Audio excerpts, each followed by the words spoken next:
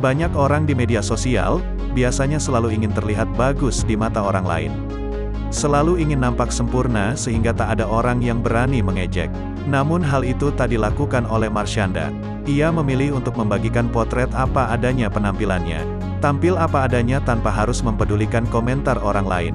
Aktris berusia 31 tahun ini juga mengajak followersnya untuk percaya diri dan menerima kekurangan maupun kelebihan diri sendiri. Postingan Marshanda itu kemudian mendapat pujian dan dukungan dari sejumlah rekan artis.